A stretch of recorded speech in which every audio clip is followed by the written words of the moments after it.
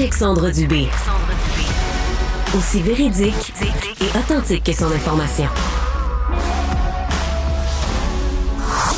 J'ai une question pour vous deux. Benoît Dutrisac. Je suis là pour aider. Qu'est-ce qu'ils veulent, Mario? Mario Dumont. Une réduction de la tâche puis une augmentation de salaire.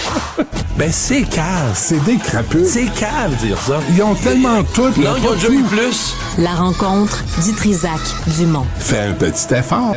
11 milliards de dollars, c'est l'ampleur du déficit du budget présenté par le ministre des Finances du Québec, Éric Girard. Benoît, Mario, bonjour à vous deux. Allô? Benoît, est-ce qu'on a complètement perdu le contrôle sur les finances publiques? Écoute, on n'arrive pas à... On est rendu à quoi? 200 plus milliards de dettes au Québec. Dire ça pour déflaboxer un mouvement indépendantiste, il y a comme pas mieux. Tu regardes ça, tu te dis... Comment on va payer tout ça? Qu'est-ce qu'on laisse à nos générations futures? Un déficit historique qu'annonce le Journal de Montréal. Ça dépasse l'entendement. C'est qu'on n'a plus de référence aux millions, aux centaines de millions, aux milliards.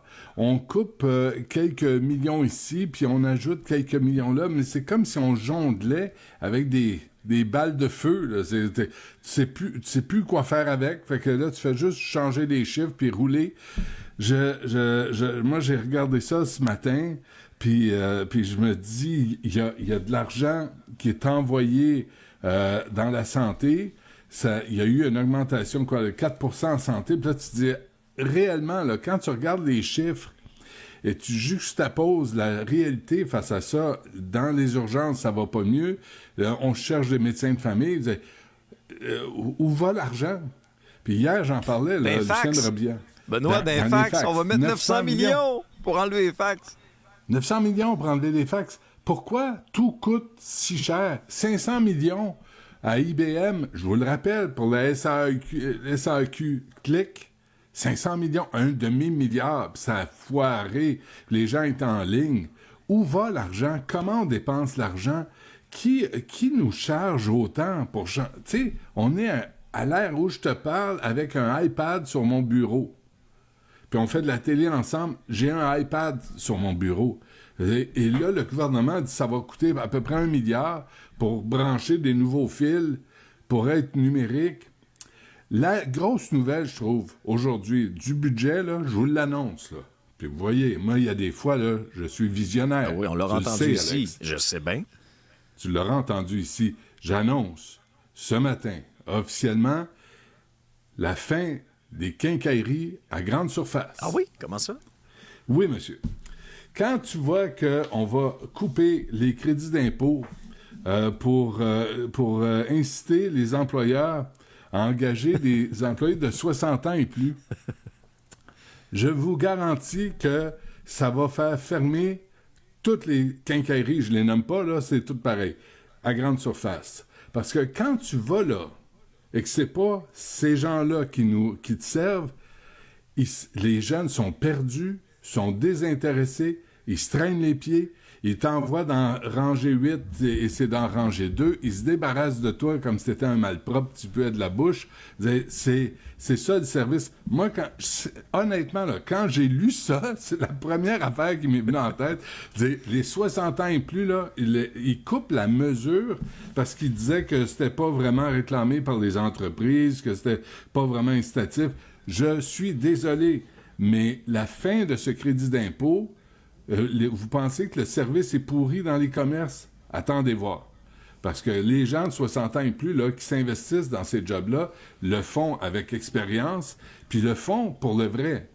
Pas en attendant d'avoir son chèque, là, puis pas en roulant des yeux, pas en se cachant, en regardant leur téléphone comme des zombies débiles. Parce que c'est ça qu'on a. Alors moi, ça, c'est la prédiction du jour. Je sais que ça impressionne Mario. Ben oui, non, mais t'as raison, Benoît, parce que moi, quand j'ai des petits travaux à faire chez moi, je vais à la quincaillerie de mon village, puis moi, j'ai toujours, c'est ça, là.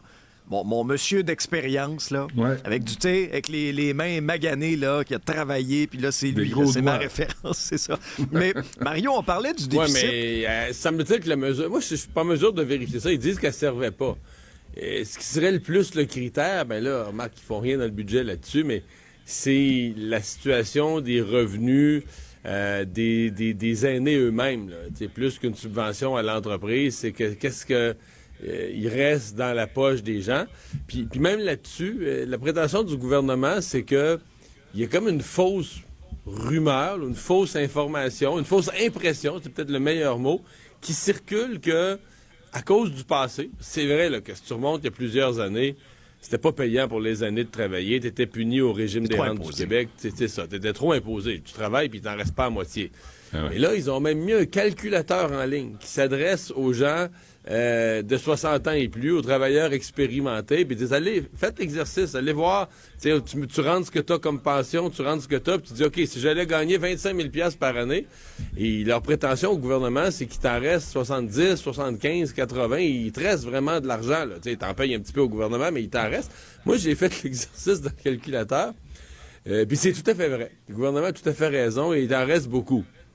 Si tu vas gagner un 18 000, un 20 000, comme mettons, tu vas faire travailler à la quincaillerie une vingtaine d'heures par semaine, 30-40 semaines par année, parce que tu prends des longues vacances. C'est sûr que si tu es un consultant, puis tu t'en vas gagner 200 000 par année au-dessus à 70 ans, là, oublie ça. Tu es comme tout le monde, puis tu payes plus que 50 % de tes revenus au gouvernement. C'est dès que tu es dans les plus hauts niveaux de revenus, il n'y a plus rien de vrai. Là. Mais Mario, non, okay. je veux t'entendre aussi sur le déficit, Benoît, juste avant d'aller à toi. Parce que je pense qu'on est plusieurs à être tombés de notre chaise. On s'attendait que ça allait être rouge, mais là, rouge foncé, surligné. Là. Inimaginable. Inimaginable. Je veux dire, en fait, c'est le genre de budget. Sincèrement, là, mon impression hier, je me disais, quand la CAQ faisait du porte-à-porte à la dernière élection, puis que les gens disaient « on sait pas trop, on songe à voter pour Québec solidaire », je suis convaincu que spontanément, là, les gens de la CAQ qui faisaient du porte-à-porte, « êtes-vous malade? On va finir avec un déficit de 10 milliards. » Hey, on est un gouvernement de l'économie, des comptables, des fiscalistes, des spécialistes. Mais c'est 11 milliards qui s'ajoutent à combien, là? Et ça, là, c'est ce que je te disais, ce que je disais tantôt, là. Les chiffres sont tellement immenses qu'on n'a plus de référence à la réalité. On comprend plus ce que ça signifie. 11 milliards, là, ça représente quoi pour les Québécois? Je parle pas de l'Amérique latine, je parle des Québécois. On est combien à payer des impôts? On est combien encore à travailler? Et on reçoit quoi comme service en retour? Mais là, c'est parce que c'est démesuré. Là. La dette est rendue à plus de 200 milliards. On est plumé, là. On est fini. Dire, mais la réponse à ta question, Benoît, c'est un petit peu plus que la moitié de la population là, qui paye. Tu sais, à peu près 40 % qui ne payent pas d'impôts. Ouais. Puis après ça, t'as ceux qui payent. Ouais, mais t'as ceux qui payent peu d'impôts, là. C'est ceux qui payent qui n'ont pas des gros salaires, qui payent des petits montants d'impôts. Fait qu'ils payent significativement de l'impôt, là, un petit peu plus que la moitié de la population qui supporte tout ça. Ben, tu sais, les taxes, il y a un résumé dans le journal, il y a plein d'articles partout, là, mais tu sais, le rouler vert, on en parlera tantôt, là, si vous voulez bien, parce qu'il y a une étude qui vient de sortir en National Post sur les véhicules électriques. Ça va faire rire Mario, je pense, là-dessus. Excusez-moi, là, mais la formation rémunérée en construction, est-ce qu'on a aussi décidé de payer la formation pour les professeurs dans les stages? Je pense que non. Puis, tu sais, quand je disais, on traite les femmes d'une façon, puis les métiers d'hommes d'une autre façon, ça, c'est un bel exemple. Là, on va avoir formation rémunérée en construction populaire, ça marche, bravo. Sauf que, demandez à André-Sylvain Latour, sa femme est là-dedans, quand tu finis d'étudier pendant 4 ans pour devenir professeur, ben tu fais un stage, puis ce stage-là n'est pas rémunéré. Alors, pourquoi en construction et pourquoi pas en éducation? Ça, c'est un drôle de choix. La taxe des minounes, tu sais, on refilait notre voiture de 9, 10 ans, 11 ans à nos enfants, on disait 1 pièce, tu sais, ça c'est fini, on vient piger là-dedans. La taxe Kanawake, faites bien attention, là. Là, souvenez ce que Claude Poirier disait là, à propos de ses cigarettes. Écoute, ça a augmenté. Là, tout le monde va se ramasser à Kanawake. Dans les petites cabines où il n'y a pas de taxes, ou tu sais, ça, on gère pas ça, là. On veut pas gérer ça. En tout cas, il y a des affaires dans ce budget-là. Tu sais, franciser les immigrants, c'est correct, là, mais tu sais, le crédit d'impôt pour les travailleurs de 60 ans et plus, toi, Mario, là, le gouvernement dit que c'est payant quand même. Si c'est pas l'impression que les gens ont sur le terrain, ils iront plus travailler, là. Ils vont rester chez eux. Mais là, on parle du budget. Il faut parler de ses conséquences. Là. Je veux dire, dans la prochaine année, les 2 prochaines années, ça va être un travail à temps plein de couper les dépenses. Tu n'auras pas le choix, là. Ça va être un job à temps plein d'essayer de trouver partout où tu peux économiser, couper les dépenses. Faut que tu le ramènes parce que là, non seulement on nous présente un déficit de 11 milliards, mais on nous dit qu'il n'y a pas de plan pour le résorber. On va le présenter dans le budget de l'an prochain. Là, vous allez avoir un plan pour ramener le déficit à 0. Sur des années, là, on est rendu à 2030. Fait que, tu sais, ça veut dire que dans la prochaine année, dans tous les ministères, il faut penser à ce que ça va être. Là, dans tous les ministères, on va se faire donner des objectifs là, énormes de réduction de dépenses. Il faut se préparer à ça. Là. C'est un scénario, c'est des jours difficiles qui s'en viennent. Et pour générer des revenus aussi, Mario, parce que nos 3 vaches à lait, nos 3 là, sociétés d'État qui devraient nous rapporter de l'argent ne le font pas. Que ce soit Hydro-Québec, l'Auto-Québec et la SAQ. C'est particulier. Ils le font pas, Alexandre. On a été tellement habitués à ce que les revenus de ces 3 organisations-là, les profits de ces 3 organisations-là qui sont versés au gouvernement, là, c'est un dividende qui est versé directement au gouvernement, donc ça rentre dans le budget. On était habitués, ça augmente, mais là, c'est comme si on a pogné un plafond. Hydro-Québec, c'est plus l'hydraulicité, la quantité d'eau dans le pays, là, avec il n'y a pas eu beaucoup de neige cette année, ça sera probablement pas meilleur cette année dans les réservoirs. Mais dans le cas de l'Auto-Québec et de la SAQ, excusez-moi, là, mais c'est comme le gouvernement gère ce qu'on appelle un peu les vices, là, le jeu puis l'alcool. Puis, mais est-ce qu'on va dire, ben là, si la SAQ, les ventes plafonnent, là, c'est un scandale, c'est écœurant, ça n'a pas de bon sens, ou on va juste dire, bon, ben, les Québécois boivent un peu moins de vin, ou ils l'achètent un peu moins cher, ou ils achètent du sans-alcool à l'épicerie, ou peu importe. Mais ben, c'est ça qui est ça. Est-ce qu'on va se lancer dans une campagne pour stimuler la consommation d'alcool en fou en disant hey, là, c'est écœurant, là, les profits de la SAQ, on fait ça. Oublier le déficit, prenez une petite shot. Puis même chose pour l'Auto-Québec. Même chose pour l'Auto-Québec. Est-ce qu'on va se mettre à blâmer les gens? Vous achetez pas assez de gratteux, pas acheter de billets. C'est une taxe volontaire, là, le jeu là, au Québec. C'est une espèce de taxe volontaire. Fait que, mais revenons à 11 milliards, là. T'sais, là, tu dis, il n'y a pas de petits... Là, ça vaut même pas la peine de faire des... Tu sais ce qu'on dit, des petites économies. Mais je pense qu'il serait grandement temps de donner l'exemple. Tu sais, hier, là, Investissement Québec, sa carte de représentation, ils vont au restaurant, mais ça, c'est la carte. L'office, on l'a vu, l'office de consultation mais publique. Ça, c'est la carte, mais on sait pas exactement quoi, là. c'est ça. Puis pour qui, puis pourquoi, puis comment... Il me semble que, tu sais, les bonnies à Hydro-Québec, les bonnies à la SAQ, les bonnies à l'Auto-Québec, vous avez des bonnies au monopole. Tu sais, là, on est tellement dans le trou qu'on se dit, il n'y a pas de petites économies qui valent la peine. Moi, je suis désolé, mais il serait grandement temps de revoir tout ça. Puis de commencer à se demander où va l'argent et pourquoi on paye autant. Puis je ramène l'exemple d'IBM à 500 millions pour un logiciel qui aurait jamais dû coûter autant, à qui IBM, qui a fait Arrivecan, qui a fait un paquet d'applications, et à chaque fois... Ils ont fait la paye Phoenix, pas Arrivecan. La paye Phoenix, c'est ça. Ouais, puis là, il arrive avec des factures, tu payes la facture, tu dis pas un mot, ils sont redevables de rien, puis nous autres, on paye comme des cornichons.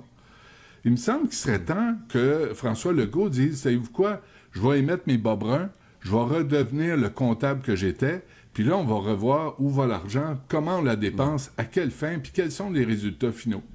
Mais Benoît, sur les sociétés d'État, je ne sais pas si ça va toucher les primes salariales ou autres, mais dans le budget, le gouvernement demande aux 3 sociétés d'État dont on vient de parler, on dit, OK, tantôt moi, j'ai parlé de leurs revenus qui n'augmenteront pas, ou peut-être qu'ils vont recommencer à augmenter éventuellement là, si l'inflation se calme et que le pouvoir d'achat revient un peu plus normal, mais le gouvernement leur demande 1 milliard là, en récupération sur leurs dépenses, en gain d'efficacité. On leur demande, c'est sur 5 ans, par exemple, je trouve ça un peu long, mais on demande à Hydro, l'Auto-Québec et la SAQ de récupérer 1 milliard de dollars. Et comment ils vont le faire, Penses-tu là, qu'ils vont le faire en se disant dans leur conseil d'administration, là, les amis, là, nous autres, là, on va lever le pied là, sur la pédale. Là, nous autres, les amis, là, les bonnies, les dépenses et tout ça, les salaires, on va commencer par nous, là, puis on va partir de la pyramide d'en haut, puis on va aller jusqu'en bas. Puis quand l'exemple va venir d'en haut, en bas, ils vont dire, OK, ils l'ont fait en haut, nous autres aussi, on va participer. Mais tant que ça sera pas de même, là, les gens en bas vont dire « Hey, toi, là, fais-moi pas la morale. Tu sais, les Catherine Dagenet qui sont parties avec 465 000 de primes après avoir travaillé pour la SAQ et avoir été mouchée, torchée toute sa vie.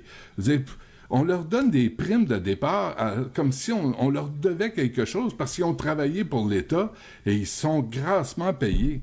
On paye-tu encore l'ancien directeur général d'Hydro-Québec, là? Thierry Vandal? On paye-tu encore sa pension, lui? Il me semble que c'était à vie, Benoît. Il me semble que c'était à vie. Des grosses pensions, mais... C'est ça qui a plus d'allure, et c'est ça qui fait que ça vaut pas la peine de s'attarder à ces petites économies. Ben, peut-être qu'il est temps de le faire. Il n'y a pas de petites économies dans le contexte actuel, mais les gars, moi, je me promenais sur les réseaux sociaux là, hier, puis la mesure qui a fait le plus réagir, c'est qu'on a débranché Rouler vert, la subvention pour l'achat de véhicules électriques. Je vous remets en contexte. Donc, 2024, là, c'est la dernière année où il y aura la pleine subvention de 7 000. Ça va passer à 4 000 $ en 2025, 2 000 en 2026 et niet en 2027. Benoît, est-ce que c'était la bonne chose à faire dans le contexte où on veut vraiment prendre le virage électrique d'ici 2035? Ben, première, la réponse est dans ta question. Deuxièmement, l'aberration là-dedans, c'est continuer à offrir des subventions pour des bornes de recharge. Si tu t'achètes une voiture électrique, t'as une subvention. Fait que là, t'as une subvention pour une borne de recharge, puis là, t'auras pas les moyens de te payer la voiture électrique. Ben, ça va. Et en même temps, il y a un article qui sort aujourd'hui dans le National Post.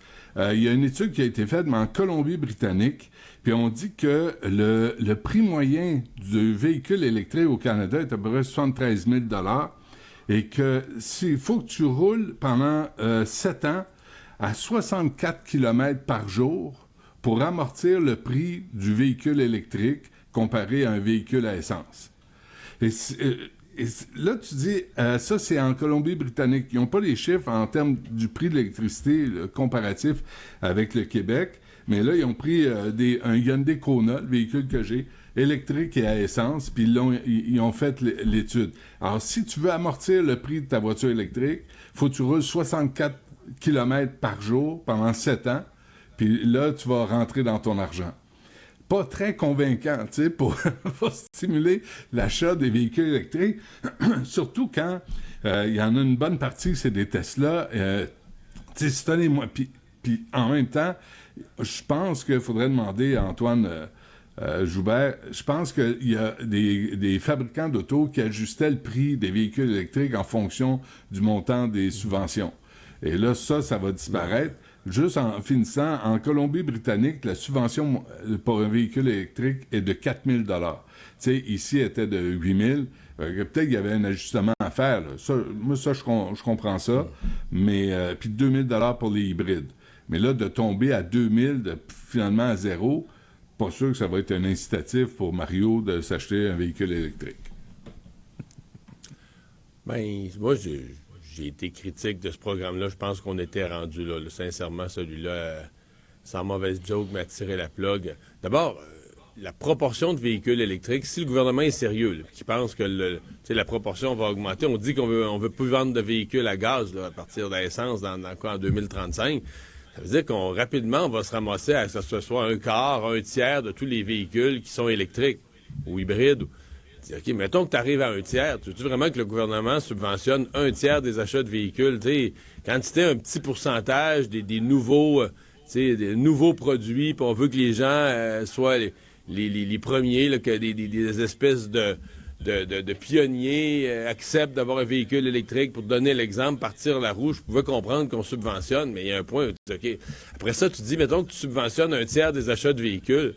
Et ceux que tu subventionnes, c'est quasiment le tiers des plus riches. Là. Je sais qu'il y a bien des gens, à chaque fois que je dis ça, il y a des gens qui m'écrivent. Voyons, c'est pas le monde pauvre qui achète des véhicules électriques aujourd'hui. Non, mais Mario, c'est parce qu'il y a différents véhicules électriques. Là. Il y en a à 150 000 $, mais il y en a... Non, le mien a coûté 31 000 $. Oh oui, il commence à en avoir des moins chers. T'as raison, il commence à en avoir quelques moins chers, mais dans l'ensemble, c'est du véhicule de luxe. Là. Beaucoup.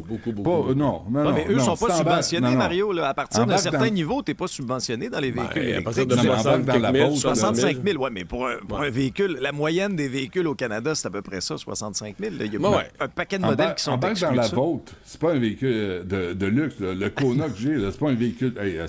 Tu sais, je te garantis, moi, là, les sièges sont en plywood. Tu sais, fait que il y a pas... a pas de luxe là-dedans. Mais tu sais, moi, je me disais, OK, je vais essayer de faire mon... Moi, mon problème, c'est que pendant ce temps, les fabricants offrent encore des véhicules, des 8 cylindres, des 6 cylindres, puis des pick-up, puis des monstres, puis des... Tu sais, je veux dire, c'est là-dessus qu'il faut intervenir. Tu sais, c'est là-dessus, si tu veux avoir un impact sur l'environnement, moi, je veux bien me sacrifier. Puis, tu sais, une voiture électrique, là, c'est correct. C'est pas extraordinaire à conduire, là. C'est pas le fun, là. Tu sais, c'est pratique, pratico-pratique. Et là, tu ravales ta gomme, tu dis, bon, ben, c'est correct, tu sais, je vais vivre avec ça. Moi, je vais faire un effort. J'ai 4 enfants. Je me dis, tu sais, moi, au moins, je vais essayer de faire un effort. Mais quand je me fais doubler par des pick-up qui roulent à 120 sur la 132, là, tu dis, pourquoi moi, je me casse le cul à rouler en voiture électrique? Ben, ça te coûte moins cher. Non, mais ça te coûte moins cher. Ben, celui qui est en pick-up qui te dépasse à 140, là, le trajet Montréal-Québec va lui coûter pas mal plus cher que toi. Je me demande s'il met pas ça sur son compte de dépenses, celui-là. Peut-être. Mais Mario, dans l'optique là, de 2035, moi, la réflexion que j'avais aussi, c'était ça. Le Québec, là, c'est une goutte d'eau dans l'univers de l'industrie automobile. Là. Est-ce que les constructeurs tu parles comme Québec vont... solidaire. Non, je pense pas. Non, mais est-ce que réellement les constructeurs vont réellement s'adapter à la réalité du Québec? Puis est-ce que les prix vont vraiment baisser? D'abord, la première question, la réponse, c'est non. Je veux dire, toutes ces réglementations-là là, sur le fait qu'en telle année, on ne veut plus de véhicules à essence, n'ont de sens que dans la mesure où à peu près tous les gouvernements d'Amérique du Nord, ou au moins tous ceux du Canada embarquent. On se comprend que si tu avais juste une province qui fixait une règle comme celle-là, le gouvernement sera obligé de la changer là, en 2032-33, sera obligé de s'adapter à dire ouais, là, on va avoir une partie de notre population qui sera même plus capable d'avoir un véhicule. On a une partie de notre industrie de la construction qui sont plus capables de se trouver un pick-up pour aller sur le chantier. Fait qu'on sera obligé de la modifier, on sera obligé de l'adapter. Donc c'est des réglementations un peu vœux pieux, en même temps qui ont une valeur si tous les gouvernements embarquent, là, à plus ou moins quelques années près. Ça fait que les constructeurs prennent le virage. Mais même les voitures électriques sont de plus en plus grosses. Puis moi, je pose toujours la même question. Qu'est-ce que les gars en construction faisaient en 1983? Pourquoi depuis... il y avait des pick-up, Benoît. Ouais, mais pas le même modèle, des vieux pick-up. Mario, jamais aussi gros. Jamais. Il y avait des pick-up, mais c'était dans un format qu'on peut comprendre. Je comprends que c'est utile, mais d'avoir besoin d'un pick-up de 20 pieds de haut avec des roues qui dépassent, puis une boîte en arrière où tu peux embarquer une maison mobile, c'est vraiment, là, t'as-tu... C'est pratique. C'est pratique, puis c'est un salon. T'as-tu embarqué dans un F-150? J'ai embarqué une fois, là. J'ai embarqué une fois, c'était un salon sur route. Le modèle électrique aussi est très confortable. Je l'ai essayé pendant le temps des fêtes. Le Hummer aussi, c'était un salon. Ah, lui, je l'ai pas essayé. Mais dans le raisonnement collectif, vraiment, tu sais, je me dis, depuis quand les gars en construct ont besoin de si gros? Tu sais, moi, j'avais un beau-frère, là, il y a 30 ans, qui travaillait en construction. Il y avait un pick-up, mais il n'y avait pas les monstres qu'on voit sur la rue. Ouais. Fait que c'est pareil pour les voitures électriques. Là, on construit les voitures électriques, on dit que c'est la solution à la pollution. Je veux bien, mais là, ils ont commencé à construire des voitures électriques qui sont immenses, qui sont gigantesques. As-tu besoin de ça, vraiment? En tout cas, tire pas une remorque de construction avec ton Kona parce que tu iras pas jusqu'au coin. Non, je comprends, mais tu sais, une remorque de construction aussi, ajustez-les. Mais depuis quand on a besoin de toujours plus gros? C'est ça notre problème, la surconsommation. Parce que nos routes sont cabossées. On va te le dire, moi. J'ai fait 55 000 km, Benoît, l'année passée. Les routes sont cabossées, Alex, parce que les véhicules sont trop lourds et sont trop gros. Ou on construit mal, peut-être? Ouais, non, Les deux, mais... Je pense pas que c'est la grosseur des pick-up qui est responsable de l'état de nos routes. Le nombre de gros pick-up s'ajoute au nombre des camions, la façon qu'on construit en cabochon.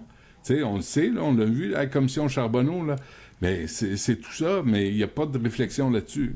On va continuer à avoir des problèmes. Benoît, merci à vous deux. Va recharger ton char, Benoît. Il est chargé, je suis correct pour la semaine. OK, bye.